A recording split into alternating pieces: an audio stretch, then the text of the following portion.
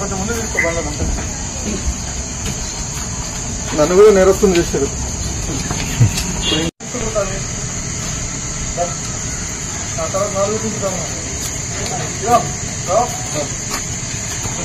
తీసుకో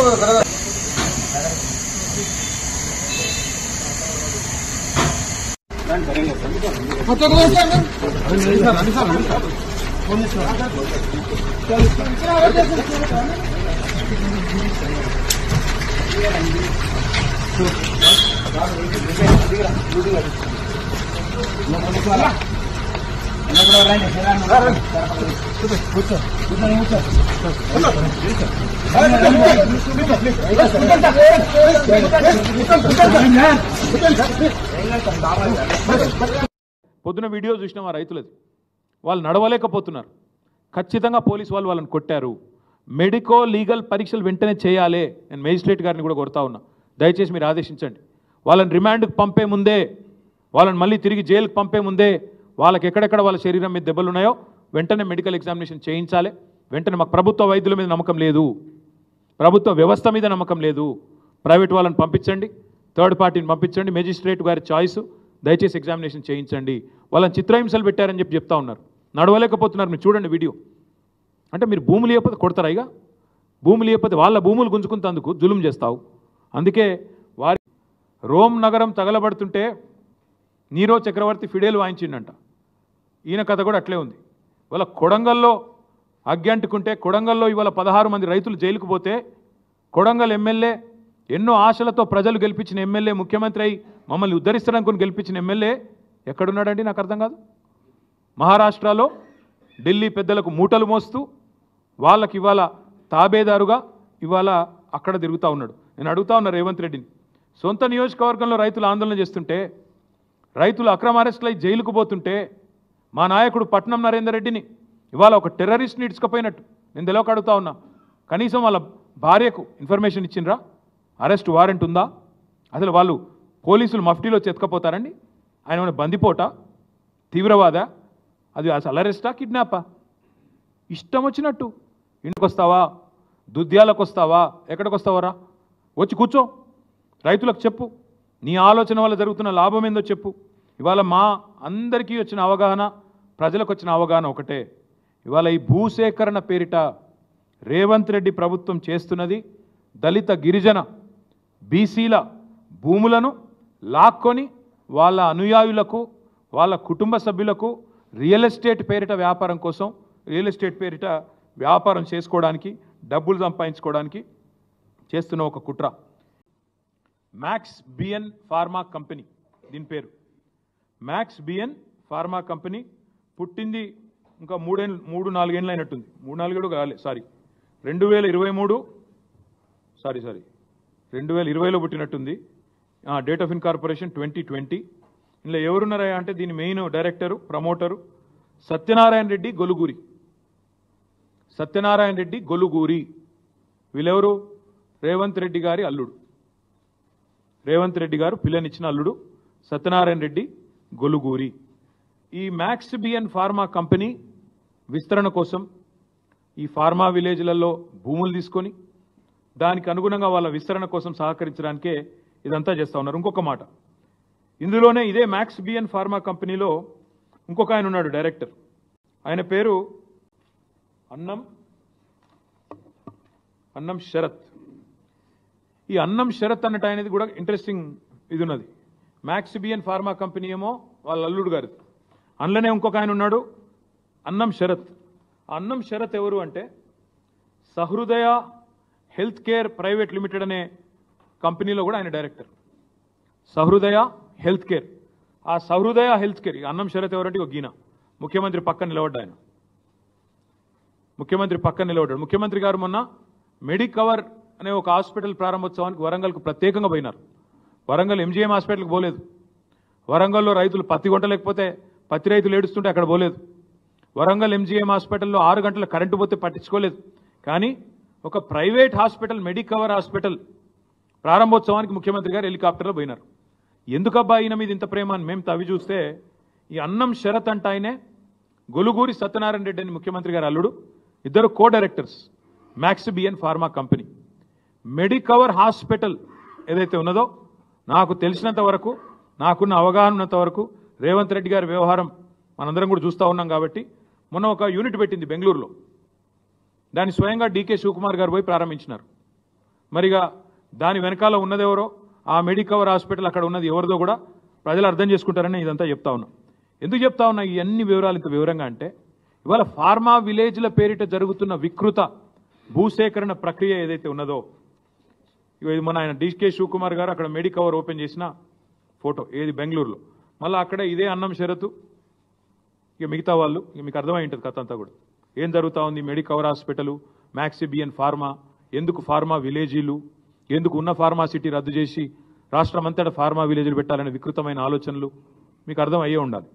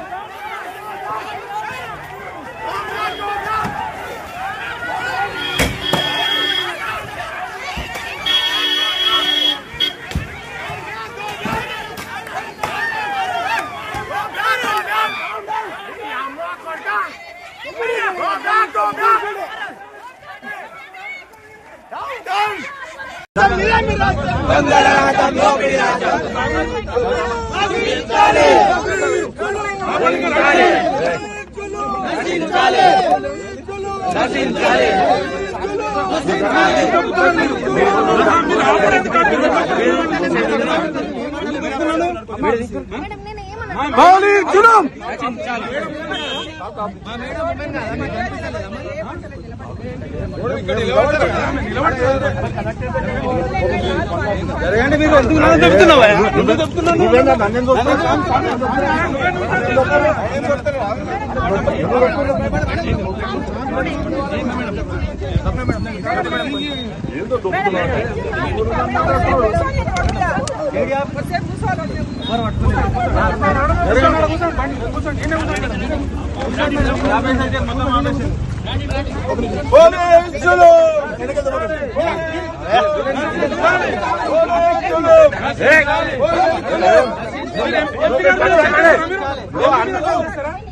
అందరు పార్లమెంట్ ఎక్కుతారు, అందరు పార్లమెంట్ ఎక్కుతారు. మీరు ఆఫీసర్లు అంతా పార్లమెంట్ పోతారు.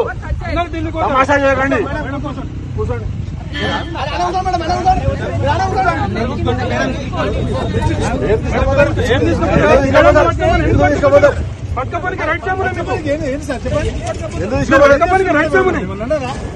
ఎందుకు తీసుకోపోతారు? పోదామన్నారు, ఆపిరు, ఆగినాం. మీరే ఆపిరు.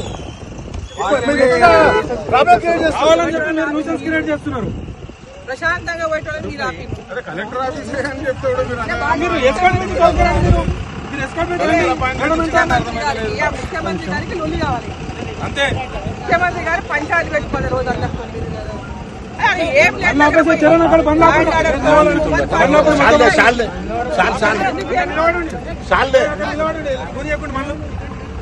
కూర్చోండి ఇక కూర్చోండి అది బండ్లకి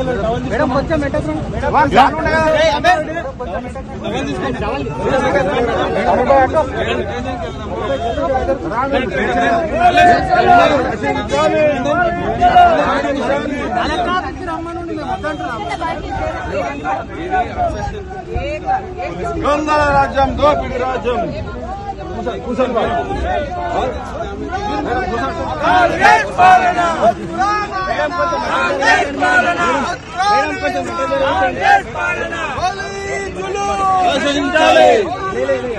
నశించాలి దొంగల రాజ్యం దోపిడి రాజ్యం. ఏం లేదు అక్కడ. ఇంటర్నెట్లు బంద్ చేసి లైట్లు బంద్ చేసి ఊళ్ళల్లో ఏంది వ్యవహారం? ల్యాండ్ ఆర్డర్ లేదు రాష్ట్రంలో. ల్యాండ్ ఆర్డర్ మెయింటైన్ చాలా కాలే ముఖ్యమంత్రికి. హోమ్ మినిస్టర్ తన దగ్గరనే పెట్టుకున్నాడు. ఇంకా తన సొంత నియోజకవర్గంలో ల్యాండ్ ఆర్డర్ మెయింటైన్ చేయలేకపోయింది.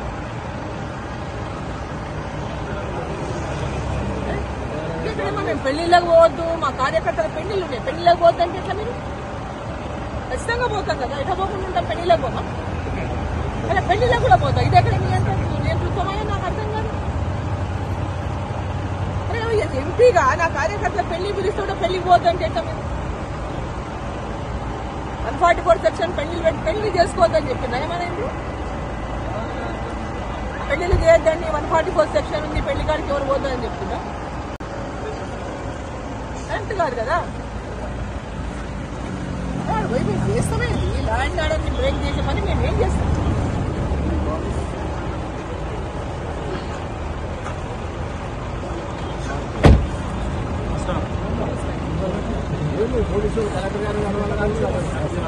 కలెక్టర్ కలవని కూడా 144 సెక్షన్ ఉందంట.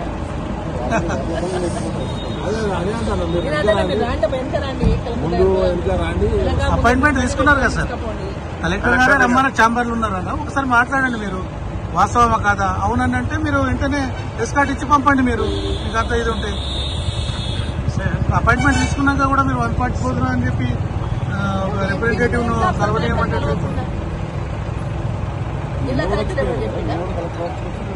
డిస్ట్రిక్ట్ మేజిస్ట్రేట్ ఆయన చెప్పిండా రావద్దు, అరెస్ట్ చేయండి మేడం అని. మీరు అడగండి కలెక్టర్ గారు. కలెక్టర్ గారు కనుక ఎంపీ గారికి నేను టైం ఇస్తాను.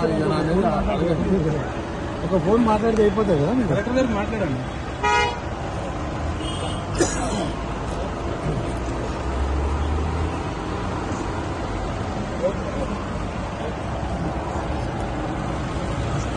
తిరుపతి రెడ్డి పోయినా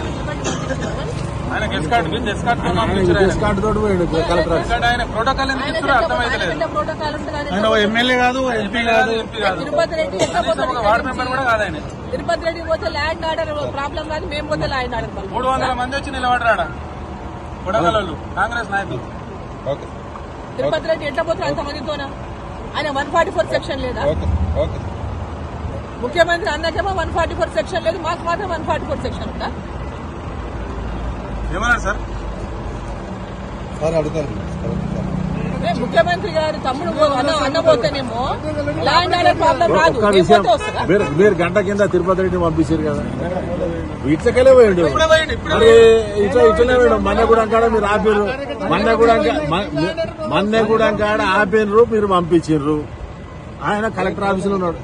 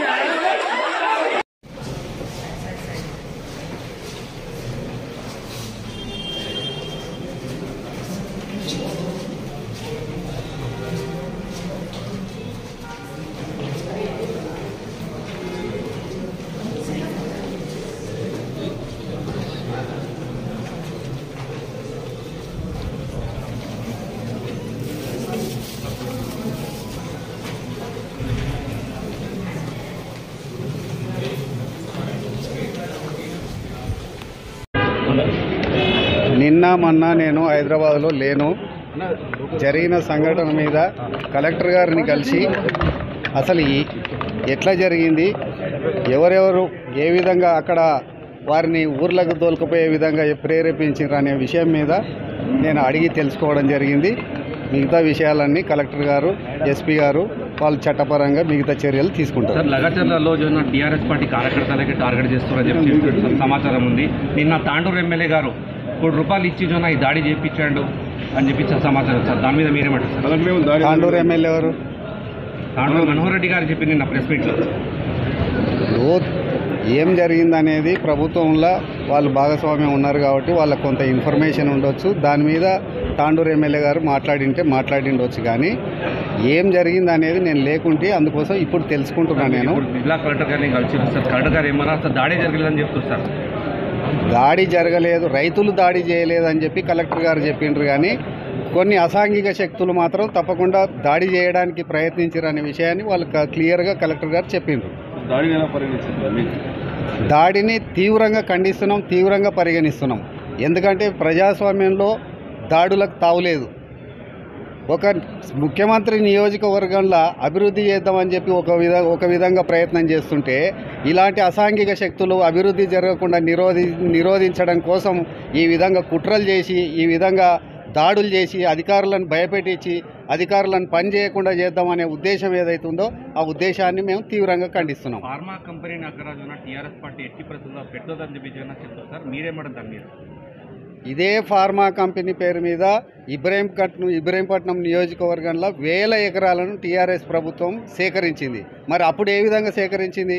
ఇప్పుడు ముఖ్యమంత్రి కాన్స్టిట్యున్సీ తన నియోజకవర్గాన్ని అభివృద్ధి చేద్దామని చెప్పి వేలాది మంది, వందలాది మంది యువకులకు ఉద్యోగాలు ఇప్పిస్తామని చెప్పి ముఖ్యమంత్రి గారు ప్రయత్నం చేస్తుంటే ఈ విధంగా అడ్డుకోవడం అనేది కేటీఆర్కు, హరీష్ రావుకు ఇది తగదు.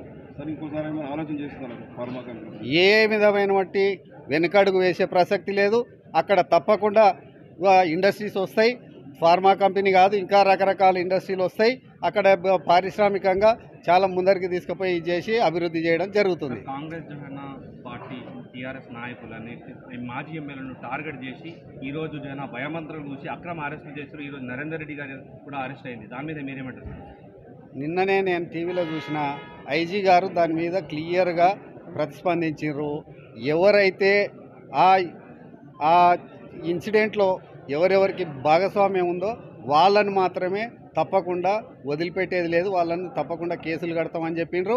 దాంట్లో ఎవరెవరికైతే ఇప్పుడు 55 మందిని కస్టడీలోకి తీసుకొని అందరినీ ప్రశ్నించి దాంట్లో ఎవరికి అయితే భాగస్వామ్యం లేదో వాళ్ళందరినీ సగౌరవంగా ఇంటికి పంపించడం జరిగింది. ఎవరైతే ఇన్వాల్వ్మెంట్ ఉన్నారో వాళ్ళని చట్టపరంగా తప్పకుండా యాక్షన్ తీసుకోవడం జరుగుతుంది. ముఖ్యమంత్రి మీరు సోదరిగా అక్కడ కొడంగల్ నియోజకవర్గం వికారాబాద్ జిల్లాలో ఇటువంటి సంఘటనలు జరగడం రాష్ట్ర వ్యాప్తంగా ఇది అంతా చర్చ జరుగుతుంది సార్. దాని మీద మీరు ఏమంటారు? ఇది చాలా దురదృష్టకరం.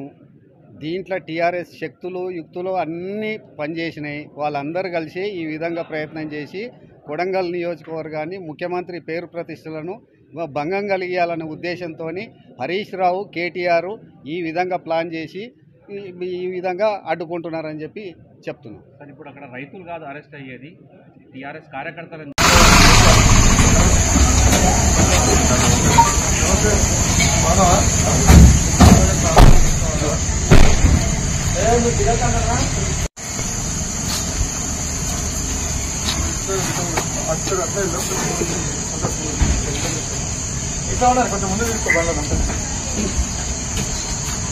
నన్ను కూడా నేరస్తులు చేశారు.